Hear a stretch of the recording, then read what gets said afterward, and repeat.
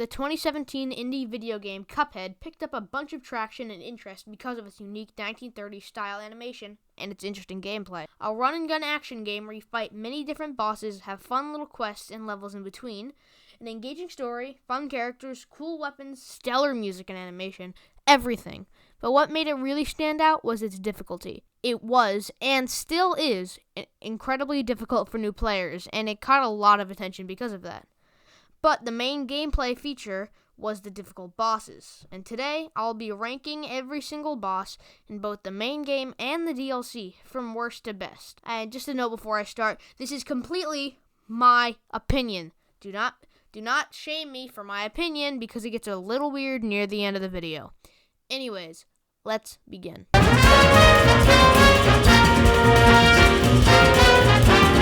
This might not be a popular opinion, but you might understand why if you've ever played this boss. This of a bee. This stupid ass boss is terrible. You will see that with bosses with more luck-based gameplay are at the bottom of my list, and it doesn't take a single brain cell to understand why I hate this so much. The first level is easy, cake. Just hack your lobber up and down at the cup and dodge the spikes. But the second stage is where it gets terrible. Because of the rising platformer style of this fight, you kind of have to guess where to go and what will be above you and hope you can find a platform. You have to rely on the possibility of there being platforms at all because sometimes there's just no platforms and you get screwed over and take damage. And you know the bad part about the second phase? If your luck happens to be bad on this phase, which it usually always is, you don't get enough platforms to get close enough to do enough damage, so you have to repeat the cycle of a bunch of different attacks multiple times until you get to the plane phase, which makes it really, really hard to S-rank. And while this phase isn't the hardest, if you get the unfortunate chance of there being no platforms on the left or right side when you're doing her saw attack, then you lose health no matter what, and there's nothing you can do about it. If the fists are there, you're dead because, you know what? They go off screen and back on again. And I know everyone says it's a pattern, it's not random. I know that, but because of because of those missing platforms, you might have to stay on a certain platform for a longer amount of time and not predict where the fists are, which means more damage. But you know, in all the phases, when there's missing platforms and you miss a jump, you bounce up again, but then there could be no more platforms. When you take damage in this fight, you bounce back up again to land on a platform. But a lot of the time, there are no platform to land on, so you end up bouncing for like a couple seconds until you take damage again, and it's not your fault. And you know how many times I died to this? 7 times. Yeah, so everything about this boss makes me want to die in a ditch.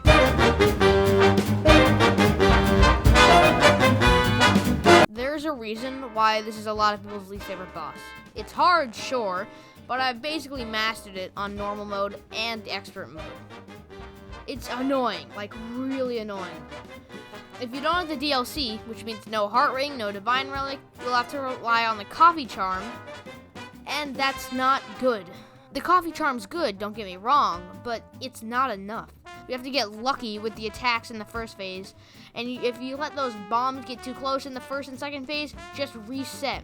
It could be all luck if you don't perfectly do the right strategy every single time. And then there's the third phase, which is just a bullet hell. Learn to use your shrink ability and do as many parries as possible, and on normal mode, you can breeze past it. At least I can. What's annoying is that the goddamn walls. You can get by these terrible placed walls, and a lot of time, the bottom of the screen is covered in trash. The junk from the junkyard covers the bottom of the screen, so you can't see where you are, and it's almost impossible not to take damage. Like, if the first phase was most of the fight, then it'd be a much better fight. But the rest is just boring and super luck-based. It's all annoying and kind of just not very interesting and fun to play.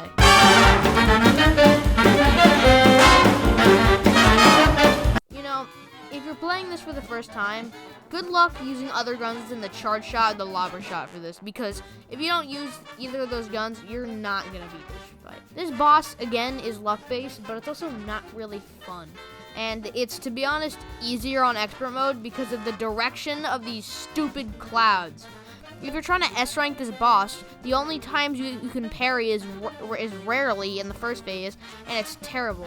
The fireballs in the second phase have a pathfinding mechanic that either jumps at you or jumps where they think you're going to jump, which is really annoying because you can't predict what their path is going to be. The third phase is awful because of the splitting fireballs.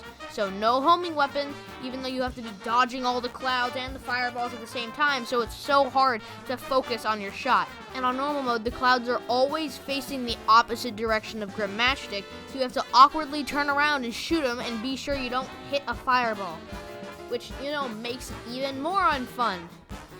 Everything about this fight is just annoying. Like, don't replay this boss unless you're trying to S-rank.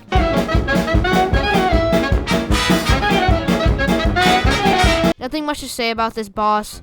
It's a starter boss, harder than the root pack, at least for me, but still monotonous and boring, and if you master him, you can beat him in like 50 seconds. So, like, if you want to replay him, then sure, he's not annoying or anything, but he's just there.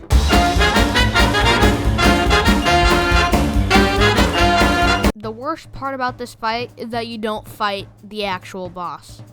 When I beat the game for the first time, I always used to get pissed if I took damage to something that wasn't the result of the main boss. The Penguins and Beppy's fight, the Blimps and Hilda's fight, the Bee Cop and Rumors fight, the Babies and Sally stage play, you get it.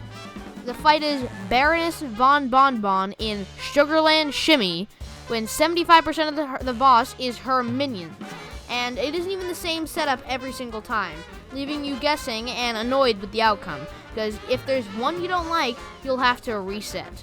Her lazy ass is also exclaimed by her using her castle as her fighter and not her usual self. Shotgunning us and sending out stupid jelly beans isn't doing anything. None of the minions are hard for me anymore, and while the final phase is a bit tricky, it's nothing special, and neither is the music really. This entire boss is just a mediocre fight.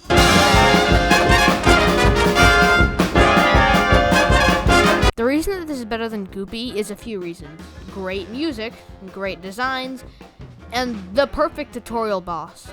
Sal, the potato, teaches how to jump consistently and dodge projectiles. Ollie, the onion, has projectiles from above, and Chauncey, the carrot, is a tutorial for moving projectiles and double projectiles, and showing how bosses can be in different places, left, middle, and in the background. Sure, Goopy does that too, but I believe the repack is more fun.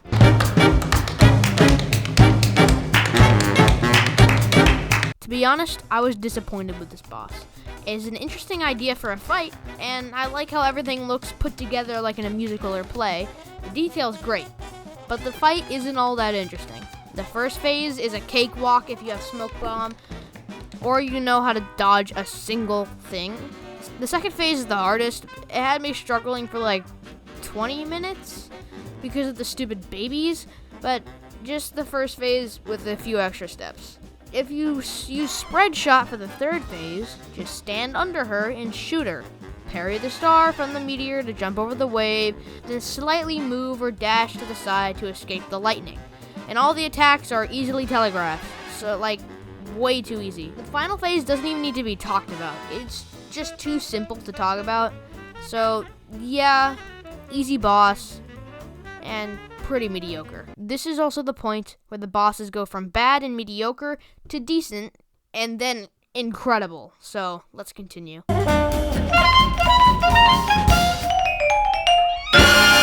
The first plain boss you fight is Hildeberg, and damn, what an intro. I think this is the hardest plain boss in the main game, just on normal mode. On expert mode, it's a different story. It took me 2 days when I started playing for the first time to beat this boss. Now I can beat it easily. The first, third, and fifth phases are just Hilda laughing at you and her blimp shooting bullets. In phases 3 and 5, she throws a homing tornado, but it's still quite easy to dodge. Remember, on expert, it is much different though.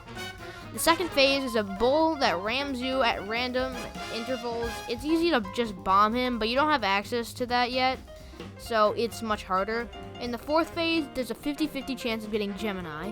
twins who shoot a spinning orb that shoots bullets at you, and Sagittarius, who shoots arrows with homing stars. The final phase, the hardest one, Hilda turns into a goddamn moon, shooting stars and UFO beams. It's a lot for one fight, which is why it's one of the hardest S ranks to get. Good idea for a boss. I like the constellation idea, but a little too hard to be fun for beginners. Overall, decent boss.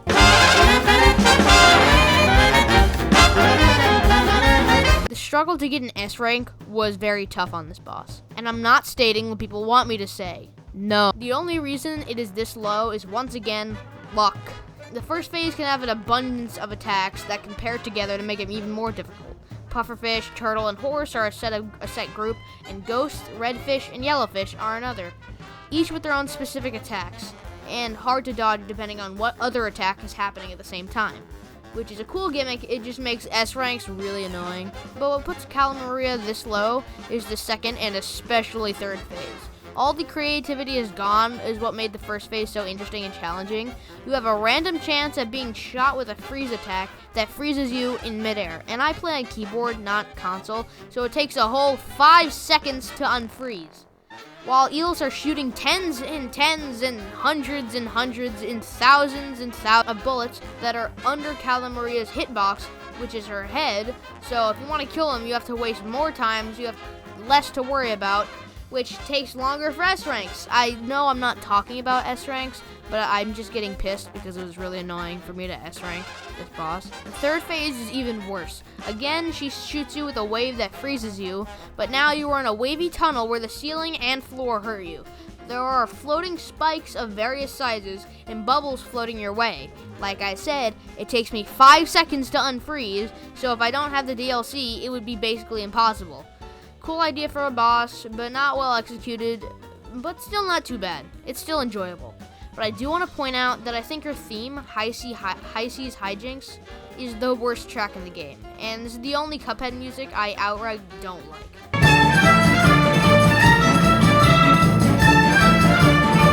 I'm counting the King's Leap as one boss for this, because technically, it would be a combination of the Gauntlet and the Boss Rush mod.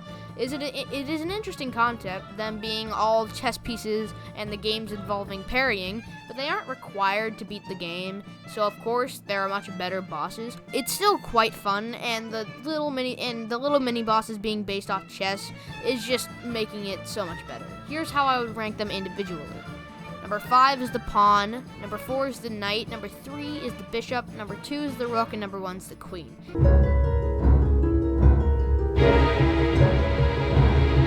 Probably the most interesting concept for a boss in the game. Having different characters switch sides depending on where you look, and the attacks switch too, leads to a very, very interesting fight. Except no. It is a cool gimmick, and the warped commentator and broken hourglass is really cool, but being able to only beat this boss once per save file is really, really annoying. Plus, the devil's hitbox is so big that if you are on his side, you will almost definitely take damage if you jump. And the fight can just be annoying in general because the angel's attacks are basically invisible. While the angel doesn't hurt you, the attacks will if you turn around, so them being very translucent, it's hard to dodge them when you turn around. Plus, the boss is pretty short and uneventful. Like I said, really cool concept, just not executed perfectly.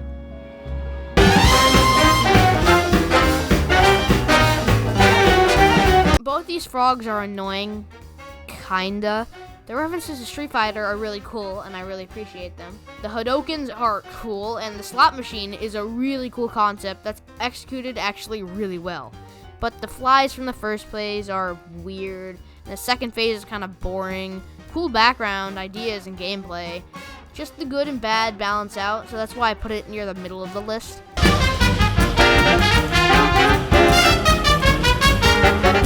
I just want to say, on expert mode, This boss makes me want to die. Luckily, this video focuses on normal mode. Wally Warbles is hard, no doubt about it.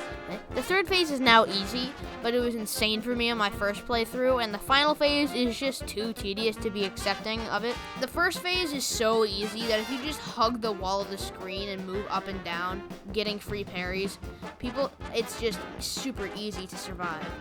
People say the second phase is an insane bullet hell, and they're just plain bad. It's one of the easiest phases in the entire game, even on expert mode.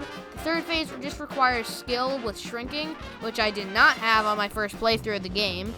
And like I said, the final phase requires strategy and precision. The idea of the fight is cool, a Looney Tunes style bird in a burn house that eventually leads to fighting on his deathbed, which is kind of dark. Pretty decent fight. Also, in the ending of the main game, like after you beat the devil, Wally Warbles doesn't appear. Likely because, well, the high cost of medical treatment.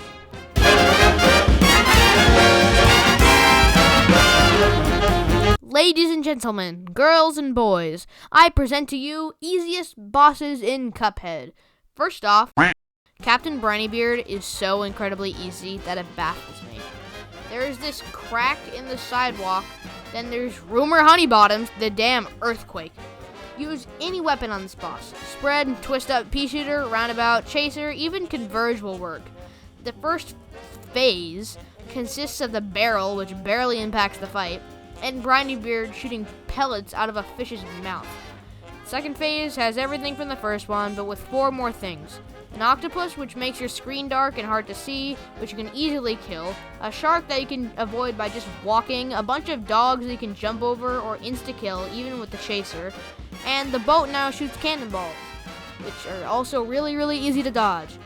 The third phase is just the same, just harder. I guess it's faster than the second phase. And then the final phase, the boat shoots circling fireballs that are simple to dodge, and the laser you can just duck under. The barrel is still there, but again, this guy doesn't matter. And then, boom, the fight's over. I hear people say it's hard because there's so much on screen. On extra mode, I kinda understand, but I still S-ranked him second try. Cool boss, and it's fun. I do enjoy it. I just wanted to point out its easiness because not a lot of people take into consideration how easy it is.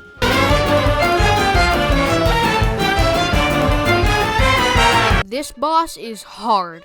So damn hard. This is by far the hardest boss in the DLC. Which makes sense because it's a plain boss, which are usually pretty hard. The animations in this boss are unimaginably incredible. The whole DLC is like this. The first phase is a show with both minions, the cactus taking up half the screen, and the oil snake, so basically just a bullet hell. The second phase is also a bullet hell, as you have to stay away from her vacuum that pulls you in, but beware of the money coming from the left side of the screen that you have to go towards to stay away from taking damage. And then she shoots safes that fall from the top of the screen, hit the bottom, and split into money that goes your direction.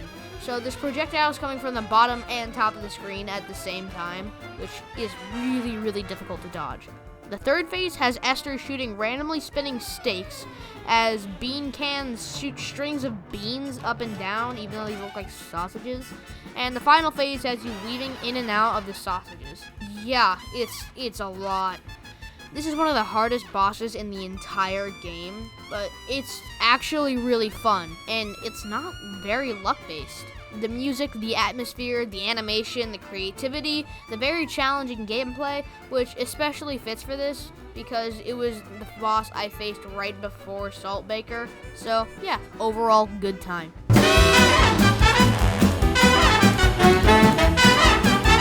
Such an interesting concept for the penultimate boss of the game. For a living die, the boss has you roll a dice on a craps table, then you have to fight casino-style bosses depending on what you roll. And even though it takes a while, it's really, really fun. And for the finale of the game, it's really hard. The music is great, oh my god, and it fits the tone of the boss. And the final part with King Dice himself is really cool and challenging to this day. Even though people say it's easy, I still don't think that. While there are some mini-bosses I don't like, they still have charm.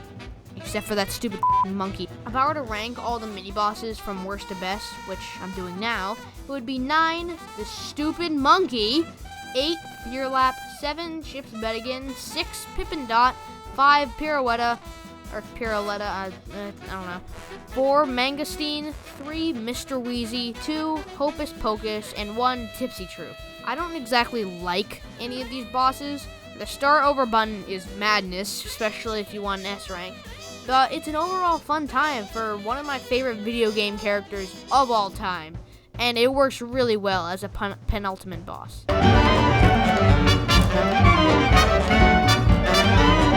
Creative boss number I can't count anymore. Just to get it out of the way, the first phase sucks. It's annoying. The amount of times I had to reset my first time beating it was insane. And it still sucks and happens to me. The second phase is crazy. Well, it's not that hard. But the fact that you have to go through a moving platformer thing and destroy the ancient pillars with booby traps is really cool. The sarcophagus is a really cool idea and it's executed well. The Cuphead puppet is absolutely incredible. It is the hardest phase, and the turban is very unnecessary and feels out of place.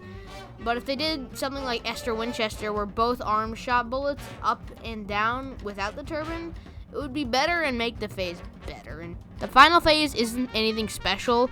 The pyramids are really cool though, and you have to strategize on where you have to be to make sure you don't get shot by the lasers. The final phase isn't anything special, but the pyramids are really cool, and you have to strategize on where you want to be so you don't get shot by the lasers, which is a hard and challenging touch. But overall, the final phase is super easy because of, the low health that Djimmi has in this phase. But great and fun boss. But not the best of Inkwell Isle 2. We'll get to that soon.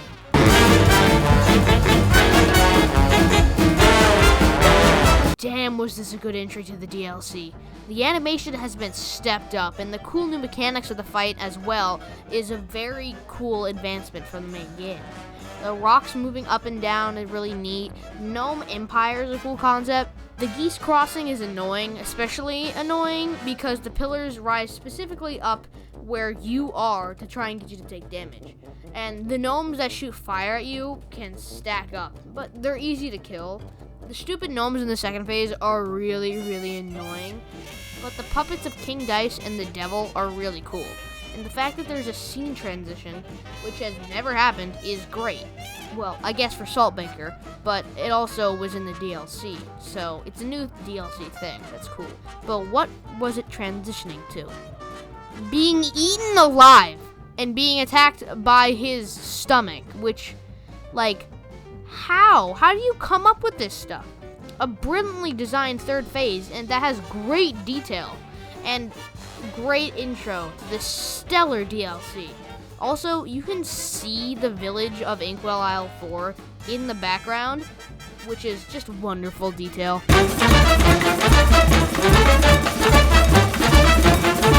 Now, it may be simple, but that doesn't mean anything. I love this fight. The design, the simple yet tricky attacks, and the stage on which you fight, like these floating platforms. Now, this boss is easy as pie, but it serves as a wonderful final challenge for Inkwell Isle 1, even if it's not as hard as Hilda. His first phase is probably harder than the last. He shoots carrots and a boomerang, which is easy to dodge by just ducking. Sticks out his face in a weird way. And the plants he machine guns out of his nose are really annoying, but easily killed and, cool additions to the fight. But there's not really much to say overall. Fun boss and excellent music. Really good music. The boss may not be as good as some others, but I'm just putting it this high just because of how much fun and cool this is.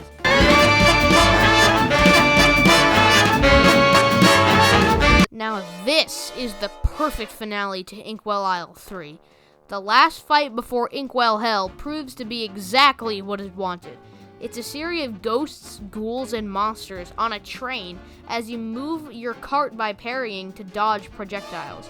Move from side to side to avoid lightning, even though you can just sit here the entire phase. Switch platforms as a skeleton slams his hands down on the tracks. A ghost that shoots eyeballs. A train car that shoots fire. It's all interesting concepts. And the music fits perfectly for the fight, to the point where listening to it while not playing the boss makes it less enjoyable. It just adds to the experience in every single way.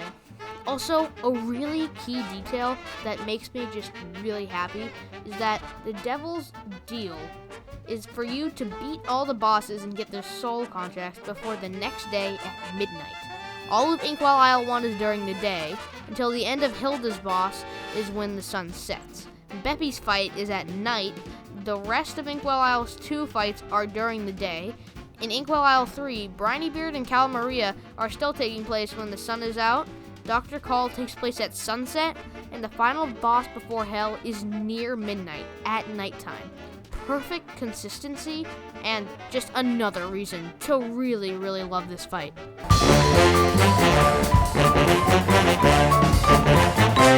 Technically, the best plain boss isn't even a plain boss. I've thrown the words creative concepts a lot in this video, but I believe this is the most unique boss in the entire game, the DLC and main game. The boss has you on top of a plane, steering it by moving side to side on the wings. The first phase is a bulldog in a plane with little pups throwing tennis balls at you. The bulldog drops to either side of the screen and shoots bone tattoos that can sometimes be parryable, and yarn that can be ducked under. After the first phase, you have the 4 pups screaming at you. A simple phase, but the detail on the bow wow is really funny. The final phase got me stuck so hard that I thought I actually could not beat it. It needs so much focus and memorization on how the controls switch. The ship shoots lasers at you, twists you to the side, shoots patterns of dog bowls that are hard to pay attention to, then you go upside down and restart. All of this boss is insane. But what is the best part? The one minute detail. Canteen Hughes is flying the plane you're on.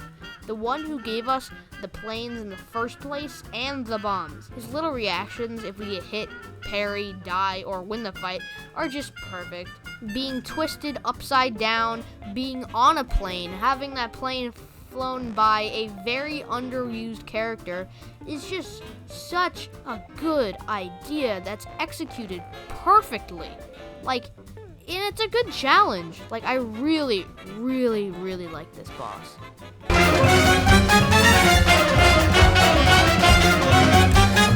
This is the 3rd boss I played during my first run of the DLC, and it took me a while to figure out what guns I needed because this boss needs some specific care. The first phase is basically just a cannon fodder for the 2 other phases, but it's still cool. He shoots tarot cards that are slower than a Minecraft character on a honey block, and they're really easy to dodge. But he shoots a gang of icicles that jog towards you, but are really annoying because they surround you. Every single time, they purposely surround you, which just makes up for the tarot cards being so easy to dodge. Then his 3rd attack shows him slamming you with a goddamn whale he yanked out of his hat, which caught me off guard when I first played it. But then it gets really, really interesting when it comes to the 2nd phase. He summons a snow monster and can switch from side to side of the screen. He has separate animations for him to do so, which can catch you off guard. He can either leap across the screen or roll across the screen, and you have to decide if you want to jump or not. He can spawn spikes out of the ground, turn into a damn fridge that shoots literal icebreakers, and popsicles that come back in other parts during the fight, which is really cool. Once you head to the 3rd phase, it gets pretty difficult. He summons the Snowflake Gods and has a cycle of 3 attacks. Shooting buckets out of his trap door. They burst into 3 separate pieces on the edge of the screen that you have to dodge while the 4 platforms spin in a circle. He can then open a small business and kill you with some ice cream. And he can chuck his eyeball that constantly shoots lasers at you. And all that with him switching sides to sides to change your coordination on the platforms. All this tediousness leads to a tricky but excellent fight. Also, the fact that the title of this boss is Snow Cult Scuffle, and he's clearly a leader of a cult, but it's not mentioned at all of his malicious intentions, and even makes an appearance in the epilogue, is just hilarious to me.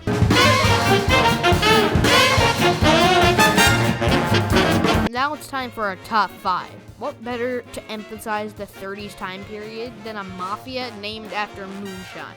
Has barrels of moonshine and has references to giggle juice. This boss is excellent in every way. The traversal 3 platforms is like Rumor Honey Bottoms, just without all the RNG and rage. The detail in the opening, the opening to the fight, the snail announces the fight differently than a normal announcer to make the player think it's a different style of boss, which tricks them later in the fight. But also, the police bugs getting ready for a battle is just so cool. The fact that this boss takes place in an old-fashioned shootout between cops and mafia is so cool. And you're just in the middle of it trying to get the ingredients. Charlie Left Legs wandering across all 3 floors as he drops bombs and sends in his minions after you are really testing your ability to dodge roll, duck, and drop through platforms. And fun fact, the pesticides the cops shoot are always aimed at Charlie, and if they hit Charlie, they will actually do damage, which is a cool detail, but they don't do a lot of damage. I don't need to talk about the second phase, because if you have Miss Chalice, the phase is beyond easy, but the third phase is great. The giant anteater sticking his tongue out, that's actually parryable, is a really cool attack. And him then using that tongue to grab big cartoony bug balls of the cops and flies fighting is another funny detail. But remember how I said the different announcer tricks the player? Yeah, it leads all up to this, where they pull a fake knockout scream. Yeah, it leads up to this, where they pull a fake knockout scream. It didn't trick me because I knew it was coming beforehand, but seeing other people fall for it is just hilarious. The very tiny phase afterwards is kind of disappointing, but the fake out takes the cake and cancels the bad stuff out. This is just an amazing and detailed boss that really deserves to be in the top 5.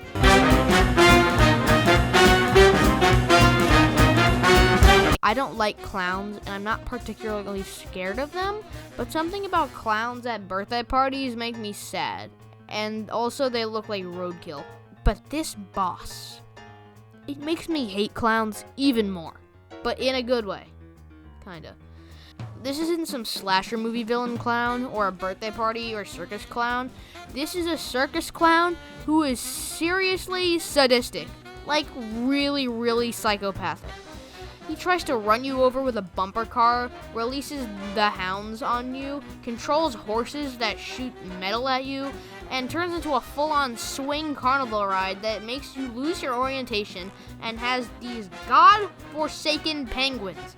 The whole time he laughs and seems to relish in your rage. And plus, the roller coaster just adds to the rage, it being a very, very annoying obstacle. The boss now isn't very difficult for me, but playing it for the first time will make me want to bomb an uninhabited island in the middle of the Atlantic Ocean. The expressive movements plus the background design really adds to the fight. I love this fight, and just everything is so cool. I love this fight. Everything is just so cool. And Beppy is one of the few bosses that has such an interesting personality that you want to see their backstory or just see more of them in the game. Like, what has he done in the past? What has he done?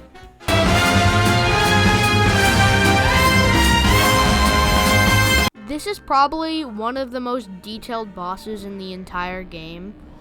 As the final boss of the entire franchise, he doesn't disappoint.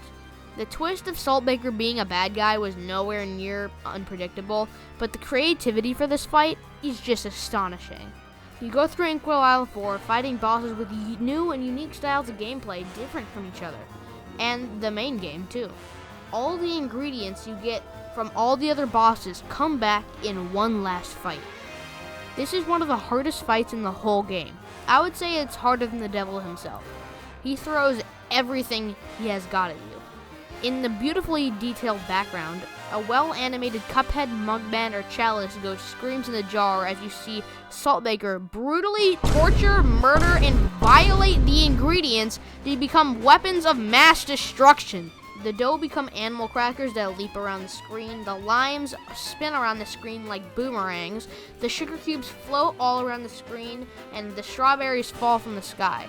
Then there's this little random piece of fire, 2 if on expert mode, which is my least favorite part of the fight because they're so goddamn annoying. And remember this, multiple of these attacks can happen at once.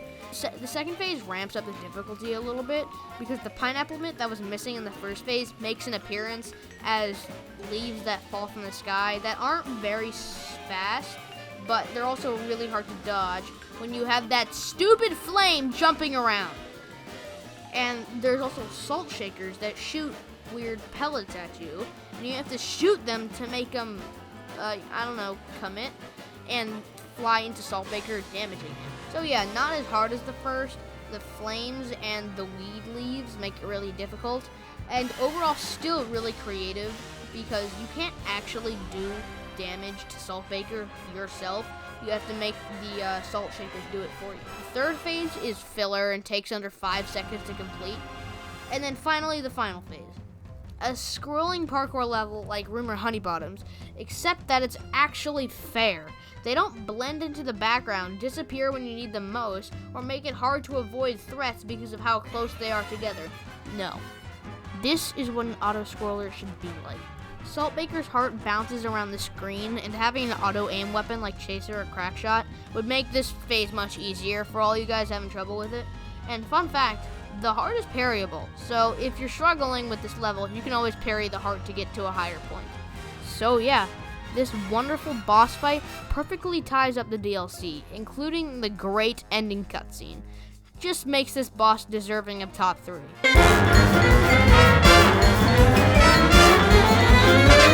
How many times have I used the word interesting, creative, and concept in this video? I don't know, but I'm going to use it again. The Devil is one of the most interesting bosses of all time in one of the best games of all time. You open up with the unique animation of the Devil plotting your demise. Then he has a cycle of 6 attacks, 3 transformative, and 3 magical. You can turn into a spider, serpent, or goat, and can summon bouncing balls, homing flames, and spinning flames, and all that happens while little demons come out from each side. But you can see them coming, so it isn't luck-based guessing. Multiple of these attacks can happen at once, and he has 1,900 hit points in this phase alone. In the next phases, he drops deeper into hell, and the fight consists of slowly depleting islands that you have to jump across while he stares into your soul and does an even bigger pool of attacks, including, in phase 2, Eyeball Axe, Parry Bomb, and Poker Chips. Phase 3, Demon Bats, Demon Skulls, Rising Platforms, and Poker Chips. Final phase, Crying Tears, and Poker Chips. This boss is full of fun. It takes the good parts from every other boss fight, except for Rumor Honeybottoms. It makes this fight genuinely incredible, and it's worth being a final boss to all your struggles and rage it took to get here. Especially with that stellar ending cutscene. Thank you, MDHR. This did not disappoint.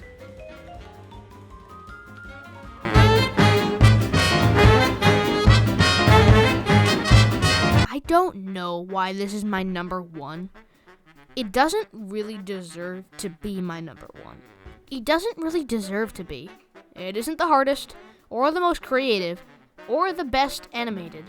I just think it's epic. Well, in a way. Werner f***ing Werman, the German rat, he is my favorite. I just think it takes such a unique and funny spin, unlike any other boss. You're in the crawl space, or whatever, of a house, and this wiener rat made a full-on tank with bombs, ammo, and a flamethrower out of a tuna can. And everything he uses is something that you would find in a house. Bottle caps, gum, maybe not a flamethrower, but you get the point. Him using a scissor lift, shooting dust bunnies, hair, and gum at you, and the bottle caps spinning like saws as he tries to skin you alive are just so well executed concepts that I have to give it a high spot on the list. But the cat that lurks, he peers in, watching the fight. Seeing him eat Warner for the first time made me laugh. And while this final phase is easy, it isn't uninteresting at all. He lurches out ghosts that throw weird orbs at you, and he slams his paw, which causes the ceiling to start breaking. It's all so cool. And the simple detail of his head moving to the beat of the music just makes it all the more better. But then when you finally beat him, it is revealed that Werner was in control of the cat the whole time. It wasn't a real cat, which goes along the line of what I said about Beppy. If there are real ghosts of rats hidden in that animatronic suit, what has this man done? He has killed his own species. Well, I guess that makes sense. He is a war veteran. So yeah, this is my whole list. And I don't have a justified answer to why Werner Werman is my number one, except for it being just everything. It's so fun, and it just takes the best parts from the entirety of both the main game and DLC and puts it into one. And this is really just the most replayable boss. More replayable than the Devil and Saltbaker, partly because it doesn't have an ending that you have to skip through. I hope you didn't take this too personally. This is my opinion, but all there is left to say is thank you, Studio MDHR, for the best soundtrack in any game I've ever played, some of the greatest animation I've ever seen, period, and a great game design / gameplay that makes me want to pull my hair out. Thank you for not only making a masterpiece of art, but one of the greatest video games ever. It's the thirstiest time of the year. Hey. Yeah. I have just one query. Want a Sprite cranberry? The answer is clear.